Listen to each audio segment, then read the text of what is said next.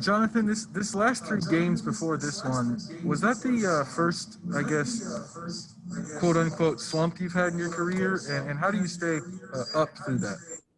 Really, one of the biggest things is talking to the team, talking to my teammates, especially the running back room, is realizing that hey, it's the NFL. I mean, it's not college, and I had that mindset coming in. I understood, college was college. Loved my time there, but now this is a new chapter. There are new challenges, new teams, and you're gonna have to overcome them. And just sticking with the process, staying, true to the process, not trying to change things up too much. You know what you have to do each and every single week. You know your preparation and your process. Zach Kiefer.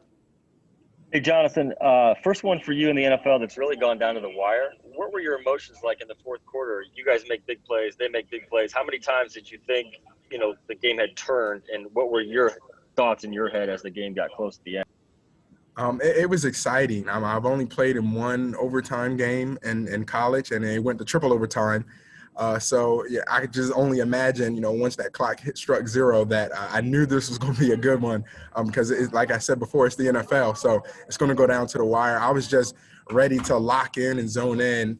Every single detail, every single thing is so critical when it's not overtime. So going into an overtime game in the NFL, you have to just be dialed in so much more. I don't even know how you can be dialed in so much more. That's how much you got to be dialed in. Stephen Holder. Hey, Jonathan, I could be wrong. I had to look at the film, but it looked like some of your bigger runs, it looked like they were more like zone plays, and you kind of cut back and read some things there. Do you like those? And just why did that work for you, do you feel like?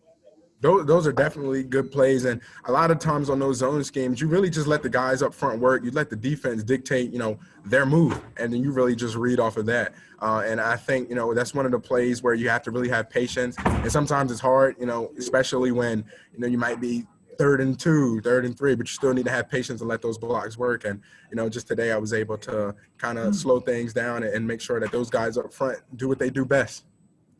We'll do two more. Mike Wells. Hey, Jonathan, you obviously went to college in Green Bay country, Packer country. What were you thinking on that final drive in regulation when Aaron Rodgers has the ball? I'm sure you've seen or heard many stories about Aaron Rodgers after going to school in Wisconsin.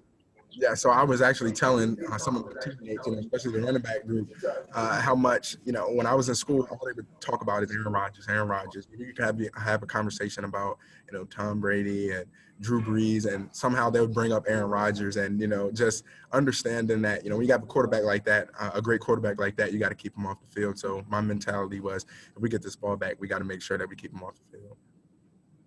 Okay, last one, George Bilecki. George.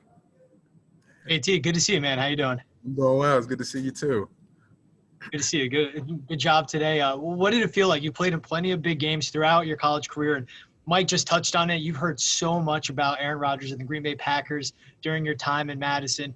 But how did it feel like in the biggest game of your NFL career so far? You put up, 90 yards on the ground, plenty of big catches, and you just put in so many big plays down the stretch to help seal this win. It was really fun. Like I said, once that clock struck zero, I just remember the last time I played an overtime game. It went to triple overtime. So I know in the NFL, it's going to go down to the wire. So I was just making sure that I was locked in 130% because it's going to be so critical that you're locked in on every single little detail that you have to do in your assignment on each play.